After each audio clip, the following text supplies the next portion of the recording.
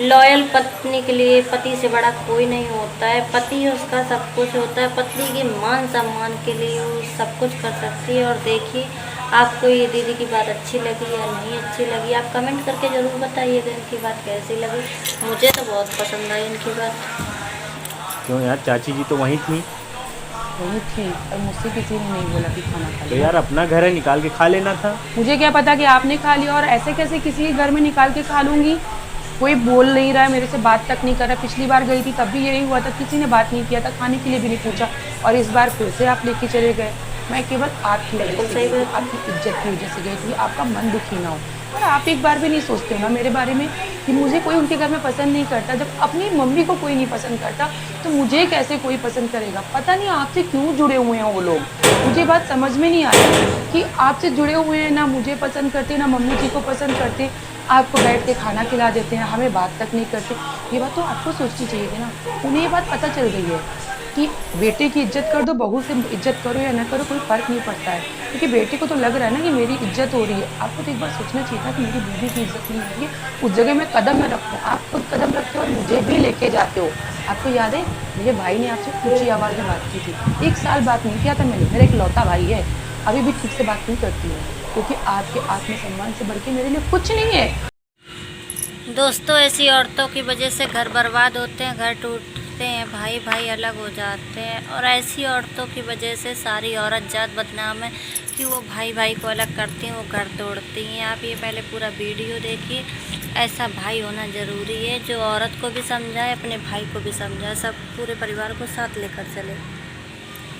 हो सकता है तुम्हारे भैया को कहीं जाना पड़ जाए, फिर वो कैसे जाएंगे? करवा ली बेइज्जती या फिर और करवानी है?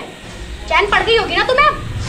तुमसे 100 बार बोला है कि गाड़ी की चाबी को हाथ मत लगाया करो, मत लेके जाया करो, लेकिन नहीं, तुम तो भैया भाभी के प्यार में रहते हो कि ये मेरी भाभी की गाड़ी है, मेरी भाभी दहेज में लेकर आई है।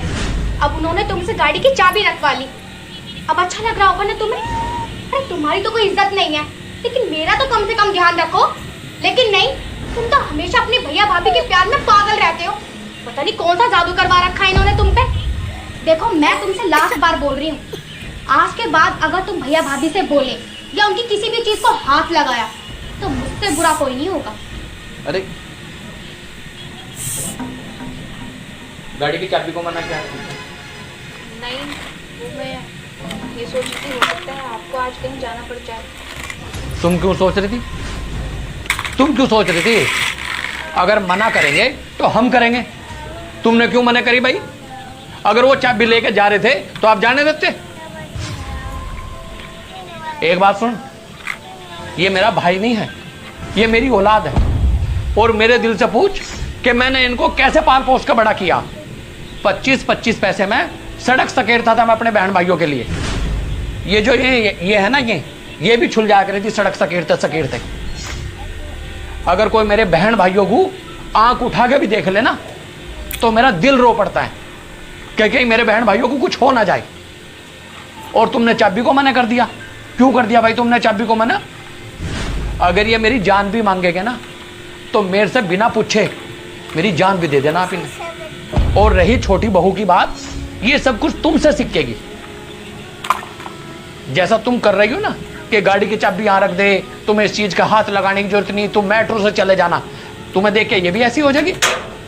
छोटी बहू की हम एसी यूज करते हैं, छोटी बहू के हम सोफे यूज करते हैं, छोटी बहू का हमने सारा सामान निकाल लिया, बल्कि सारा सामान तोड़ फोड़ भी दिया। लेकिन आज तक छोटी बहू ने ये नहीं कहा कि मेरे सामान को तुम हाथ ना लगाओ। तुमने कैसे गाड़ी को मना कर दी भाई? है? मैं नहीं पूछ रहा हूं तुमने कैसे मना कर दी गाड़ी को, और मिलनी भी नहीं चाहिए। ये तुम्हारा देवर नहीं है, ये तुम्हारा बेटा है, तुम्हारा भाई है छोटा है। जहां जा रहे थे। और एक बात और सुनो, जो भी इस घर में है और जो भी यहां है, हम सबका है, वो पर्टिकुलर किसी एक आदमी का नहीं है। और मैं आपसे उम्मीद करता हूं सभी लोगों से कि आज के बाद तुम्हारे किसी के भी मन में ये बात नहीं रहेगी कि ये मेरा है। हमेशा ऐसा ही करना चाहिए, जो जैसा दिखता है उसे वैसा ही दिखाओ। और इस बहन ने बिल्कुल वैसा ही किया है। आप ज़रूर ये वीडियो देखिए, फिर कमेंट करके ज़रूर बताइए वीडियो अच्छा लगा या नहीं।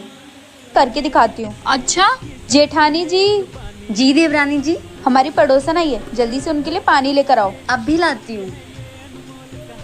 ये लीजिए देवरानी जी। और चीज करके दिखाऊं? जेठानी जी, जी देवरानी जी, वो हमारी पड़ोसन को भूख लगी है, जल्दी से कुछ खाने के लिए लेकर आओ। अभी बना के लाती हूँ। अभी तो तुम्हें और बताती हूँ। जेठानी जी, जी देवरानी जी। वहाँ कुछ गंदा लग रहा है, जल्दी से 2 सेकंड के अंदर उसे साफ करो। तुम तो बहुत किस्मत वाली हो, तुम्हारी जेठानी बहुत अच्छी है। चलो मैं चलती हूँ। ठीक है, आते रहना। अच्छा देवरानी जी।